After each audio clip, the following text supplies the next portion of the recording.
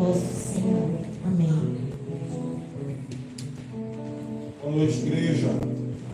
Boa noite, igreja. A paz do Senhor. Abra sua Bíblia no Evangelho de Jesus Cristo, segundo escreveu Lucas. Lucas, capítulo de número 13. Eu só vou ler o versículo de número 10. Lucas 13.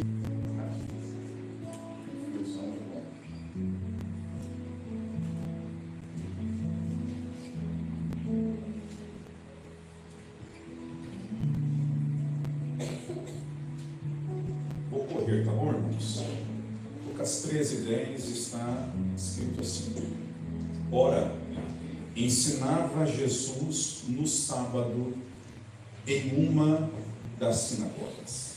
Você diga comigo, Jesus está no culto. Pai, fale conosco de uma forma muito clara e precisa, e que o teu nome seja glorificado em nome de Jesus. Amém. Queridos, em todo o contexto bíblico, nós encontramos exatamente a expressão, mais precisamente no Novo Testamento, essa expressão chamada sinagoga. A sinagoga na época de Jesus veio a nascer exatamente depois que o templo havia sido destruído. Então, uma forma de poder congregar era construir em cada região, em cada cidade, uma sinagoga.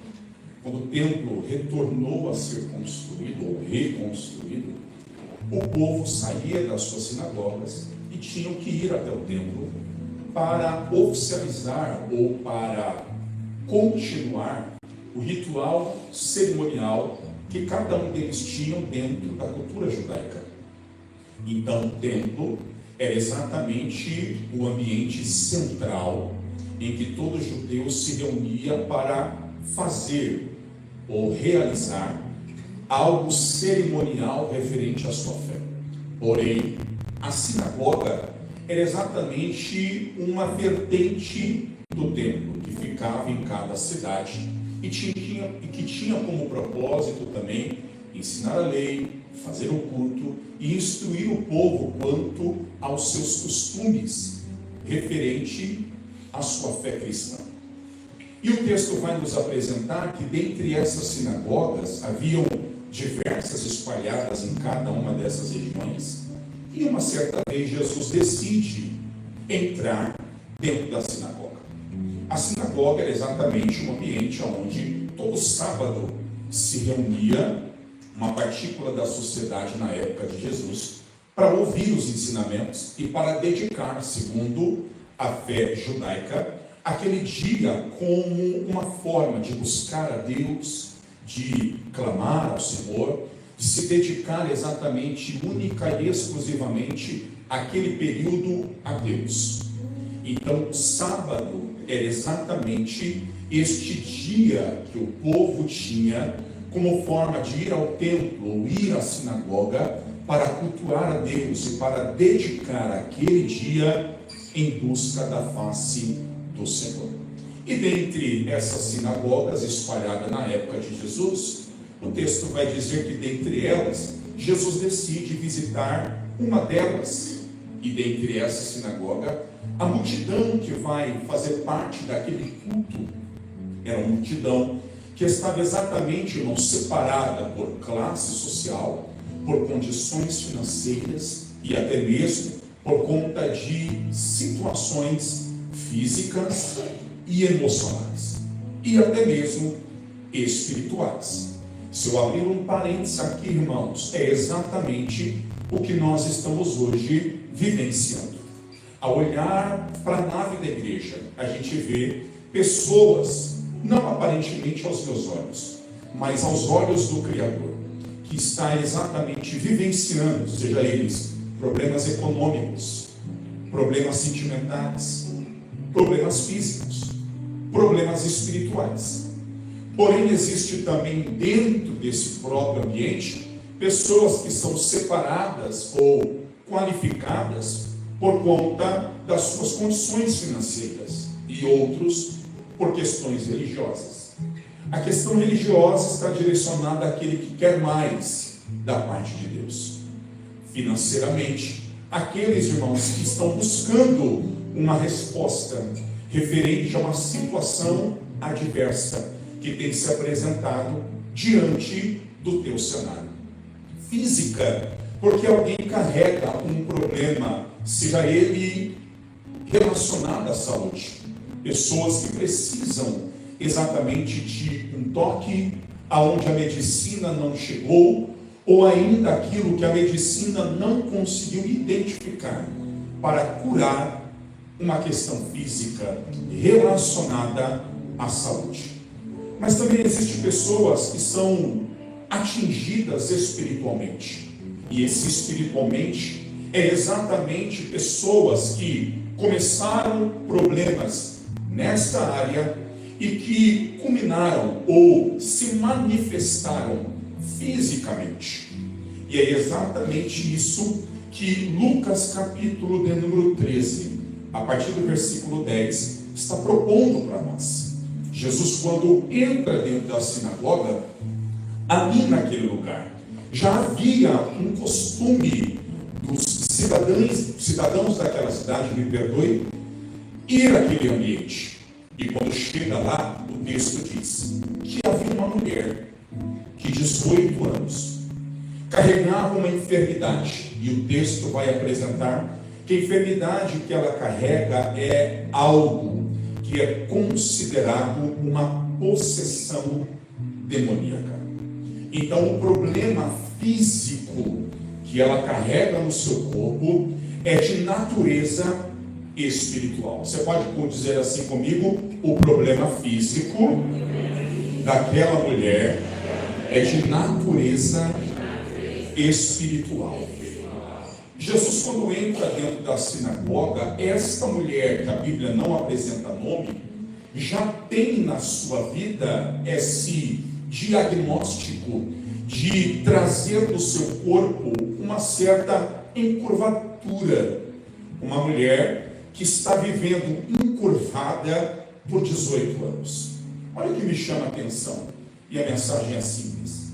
Quando o texto me revela que Jesus, ao ir àquela sinagoga, como era costume todo sábado de todo judeu, aquela mulher já visitava aquele ambiente.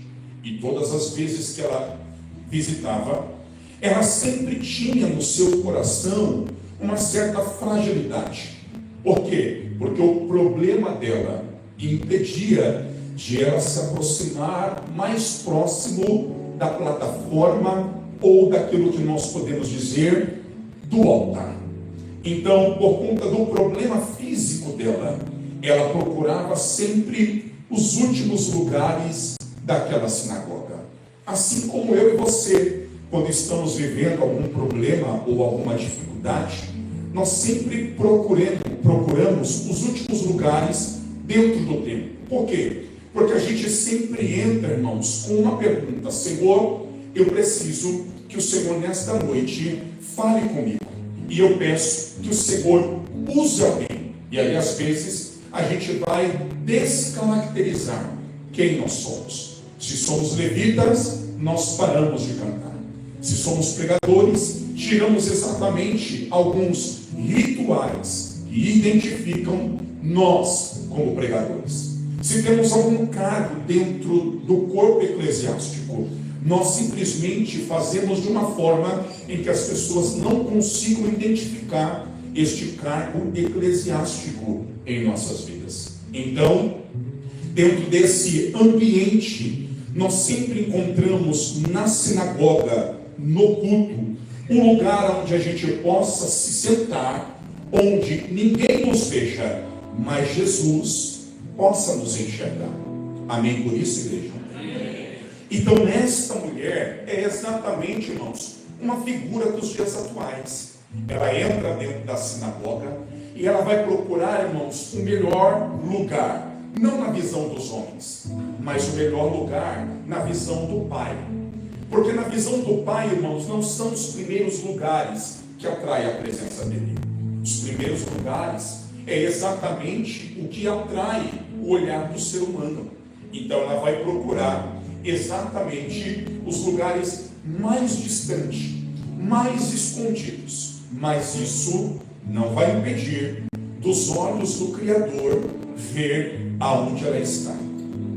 Ela pode procurar o último assento, mas os olhos do Criador já sabem onde ela está ou onde nós estamos. Então ela vai tentar, de alguma forma, irmãos, fazer com que aquele culto seja mais um culto. Olha o que me chama a atenção. O texto vai dizer que há 18 anos ela carrega essa enfermidade. 18 anos carregando essa enfermidade, a Bíblia diz que são 18 anos indo ao templo. Preste atenção e olhe para mim. Essa mulher nos ensina algo de grande valia. Porque, embora ela esteja curvada, o texto nos revela que esse problema físico é de natureza espiritual. Talvez você entrou aqui, que aos meus olhos o seu problema é físico, e de repente você está perguntando: Senhor, esse problema que eu estou vivendo, ele é físico ou ele é espiritual? Deixa eu lhe fazer uma pergunta. Alguém aqui no nosso meio já chegou diante do seu Criador e fez essa luta, essa adversidade? É exatamente algo físico ou algo espiritual? O texto vai nos apresentar que Jesus, quando entra dentro da sinagoga, quem estava ali não conseguiu identificar que o problema daquela mulher, além de ser físico, tinha origem espiritual. Porque o versículo de número 11, se você estiver com a sua Bíblia aberta, vai nos apresentar exatamente essa expressão. Olha o que o texto diz: veio ali uma mulher possessa de um espírito de enfermidade. Então, se ela vai ao templo, é que ao olhar do Cristo que ali está, é exatamente um olhar que ela precisa como resposta. A resposta dela está exatamente quando Jesus foi à sinagoga. Sabe por que nós estamos aqui? Porque nós viemos a este lugar sabendo que Jesus é a resposta da minha situação e da sua situação. Há 18 anos ela está indo ao templo. E há 18 anos, nem o sacerdote, nem o levita, nenhum daqueles que congregavam na sinagoga havia identificado ou pudesse resolver o problema dela. Mas naquele dia, o pregador da noite era Jesus de Nazaré. Aleluia! O que isso quer dizer, pastor? Pode passar o que for, culto, mais culto, mais culto, campanha, medidas. Nós sabemos, irmãos, que quando Deus decide no teu culto, no meu culto, no nosso culto, vir a reunião, é certeza que se Ele veio, algo de diferente Ele vai fazer. Amém? Por isso, igreja, então o texto está nos apresentando exatamente isso. Uma mulher que está acostumada a ir ao templo. Uma mulher que está acostumada a ir a esse ambiente chamado culto congregacional. Então, para ela, é mais um culto. Para ela, é mais uma reunião. Para ela, é como se fosse, irmãos, ir num salão de beleza. Claro, com uma vertente. Esta mulher, mesmo encurvada, não estava parada. Eu vou repetir aqui. Ela, mesmo encurvada, não estava parada. O que isso quer dizer para nós, pastor? Pode me explicar? Sim. Há momentos da sua vida e da minha vida que circunstâncias surgem exatamente, irmãos, para nos pressionar para baixo. Exatamente problemas físicos, emocionais, psicológicos e tantas outras pressões que o dia a dia, ou até mesmo a semana, ou até mesmo aquilo que nós chamamos de vida, exatamente nos proporciona. Mas esta mulher, a gente aprende algo tão valioso, que mesmo ela indo ao templo, encurvada, há 18 anos, ela não parou de buscar a Deus. Aleluia! O que isso quer dizer, pastor? É que mesmo ela, naquela situação, todos os dias, eu acredito, no coração dela era essa expressão: eu estou indo lá, mas eu vou fazer com que este ir ao culto seja o último culto que eu vou viver na minha vida. Por quê? Porque mesmo que para mim seja o último culto, eu sei que a qualquer momento Ele pode dar fim à minha situação e mudar o destino da minha vida. Aquela mulher estava destinada a viver aquela situação para o resto da sua vida, mas Jesus estava no culto. Aleluia! Sabe o que isso nos ensina, irmãos? É que eu venho para o culto porque eu sei que no culto Jesus vai estar. Eu vim numa noite fria com você para um culto desta noite, e a certeza que eu tenho é que mesmo que você esteja vivendo situações que têm causado pressão na tua vida, isso não tem feito nem eu e nem você pararmos para buscar o resultado que a gente tanto espera. Ela vai ao templo, encurvada sim, mas parada nunca. Aleluia. Você pode dizer comigo: encurvado sim, parado nunca. Esse seria o tema da mensagem nesta noite. Pressionado sim, mas parado nunca. Perseguida sim, mas parada nunca. Em adversidade sim, mas parado nunca. Porta fechada sim, mas parada em busca de viver o milagre nunca. Eu vim aqui com esta palavra, por mais simples que seja, dizer para alguém que está aqui: ei, no culto desta noite, onde Jesus decidiu descer, ele está dizendo, no culto onde você procurou o último lugar para se assentar, porque você está se sentindo desconfortável com a tua situação, eu vim aqui te dizer: Jesus te viu no culto. Porque o texto diz que quando ela senta, a expressão diz: e Jesus vendo ela. Aleluia. O que isso quer dizer, pastor? Uma coisa, irmãos, é quando eu vejo a situação e eu simplesmente fico parado.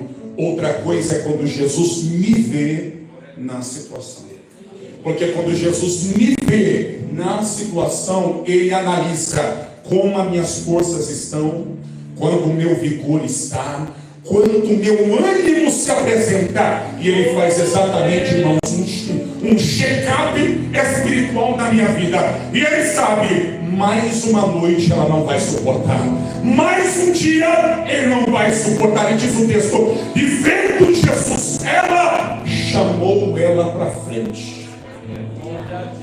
Deus nesta noite trouxe alguém aqui, e Ele está dizendo: não era nem para você ter vindo, porque você olhou o clima e disse: o clima está para maratonar uma série. O clima está para eu ficar dentro de casa, deitado na cama, envolvido no cobertor, comendo pipoca e assistindo o culto online. Mas o Espírito Santo disse: vai, porque hoje Jesus decidiu entrar no teu culto. E quando Jesus decide entrar no culto de alguém, pode ter certeza, meu irmão, a tua história vai mudar. Alguém acredita nisso aqui? 18 anos.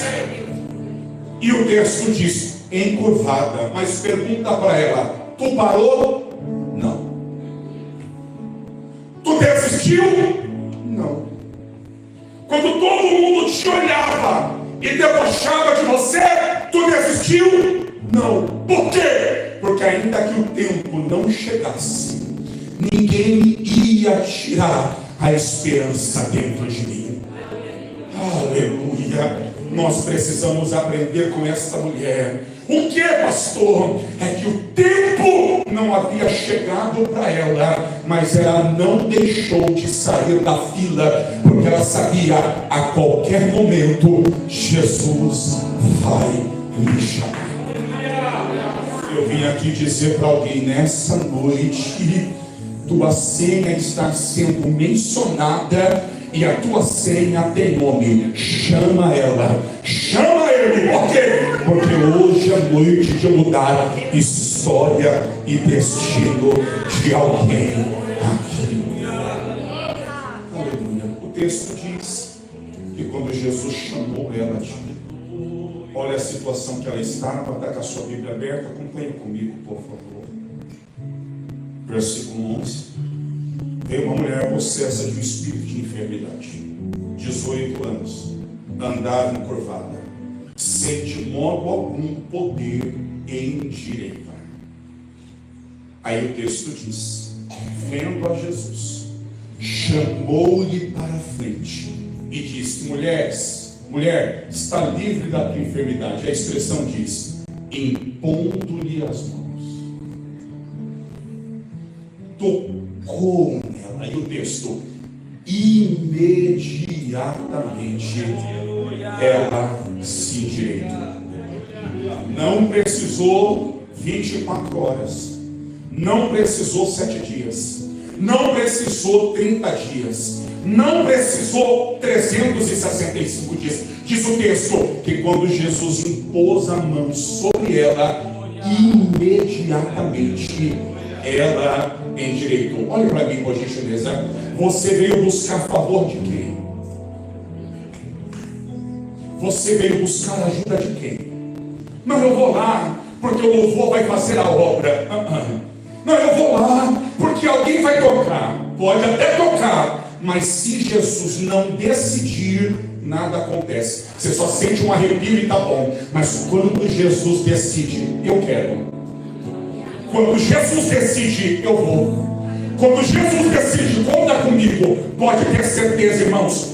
Imediatamente. O que é isso?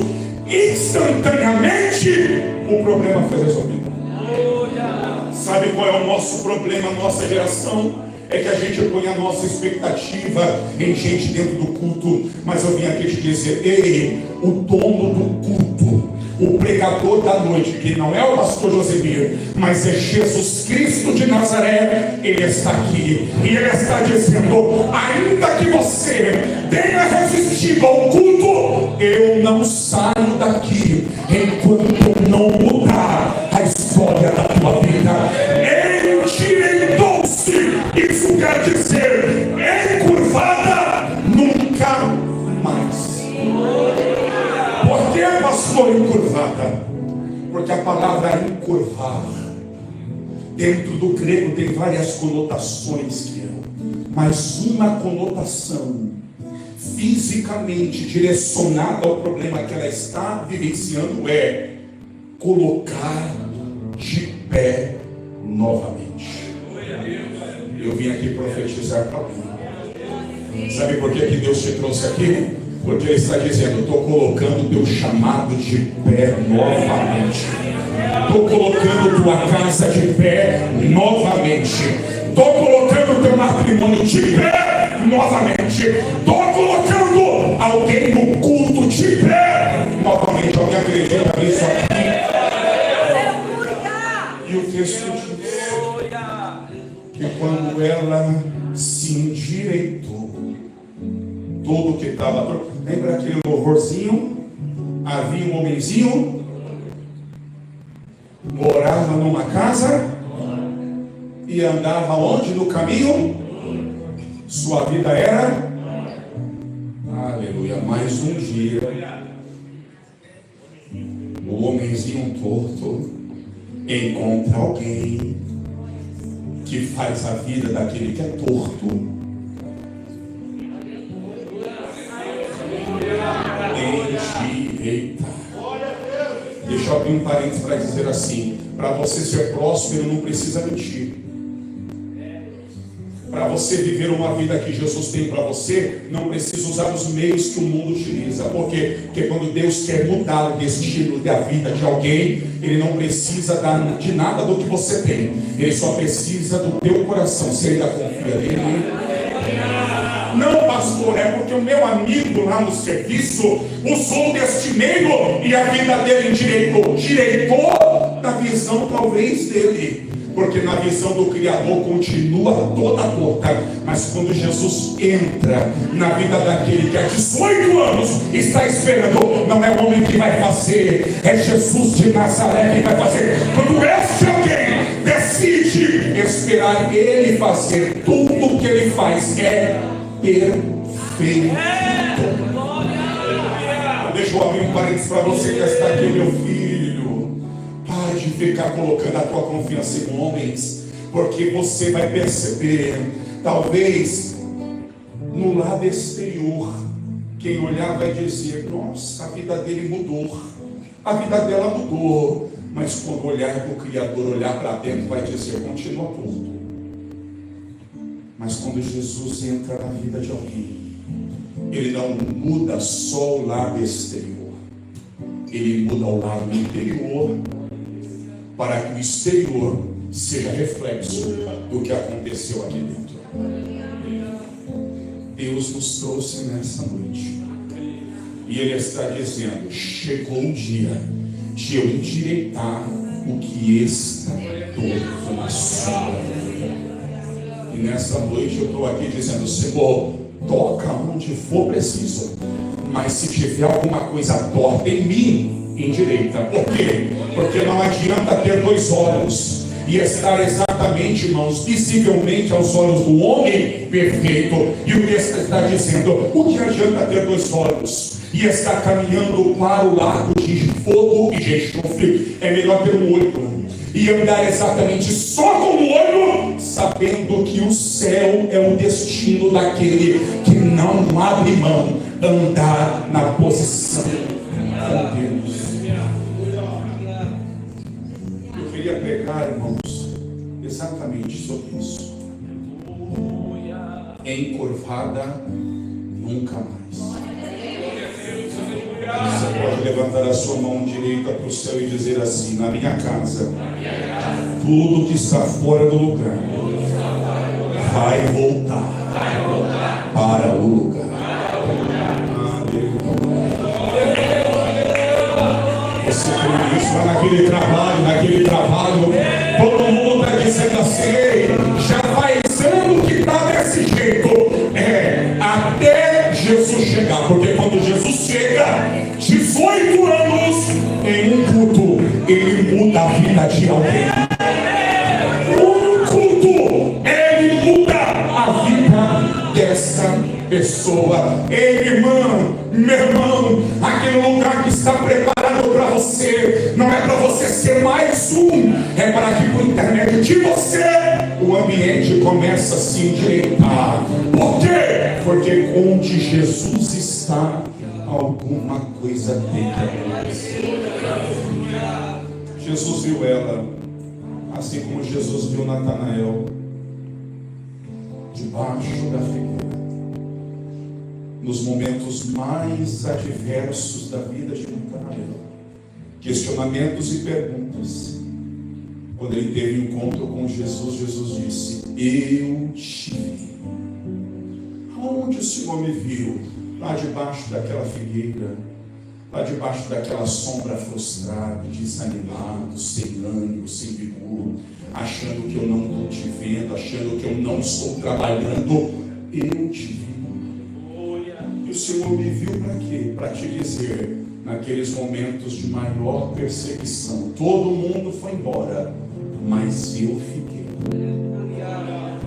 Ficou para quê? Para mostrar para você que ainda que estejam todos dizendo vai ficar assim para o resto da vida, Jesus nesta noite veio aqui para te dizer: hoje é o dia de mudar o cenário da tua vida. É isso que eu vim pregar para alguém. A mensagem mensagem mais rápida que eu já preguei em toda a minha vida. Só vim dizer para alguém: encurvado sim, parado nunca. Encurvado nunca mais. Amém? Por isso, igreja, levante a sua mão no céu comigo, por favor, e diga assim: Senhor Jesus, pressões, lutas, adversidades e tantas outras coisas me levam a ser pressionado para olhar as circunstâncias, mas nesta noite o Senhor é o pregador da noite, e como pregador da noite o Senhor está dizendo que o Senhor me viu.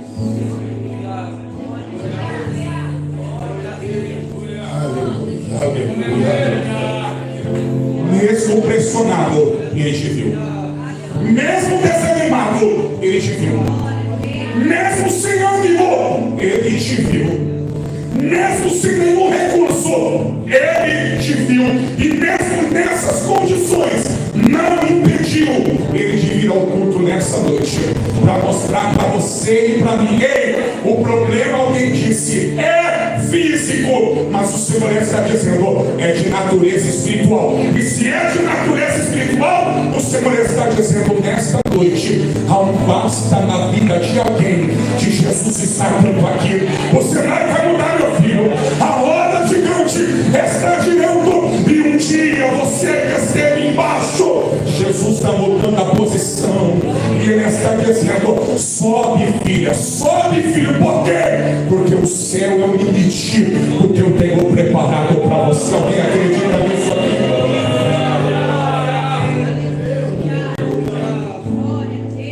Você pode aplaudir o Senhor.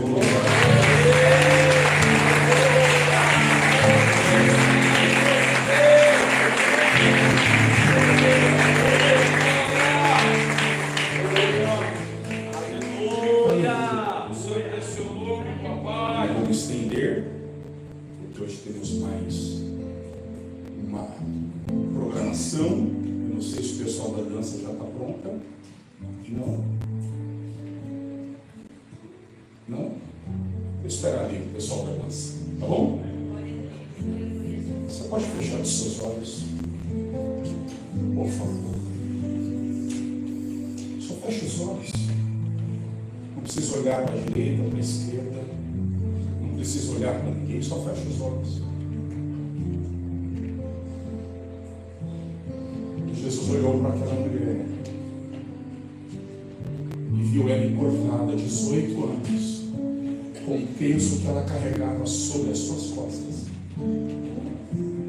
Jesus olhou para aquela situação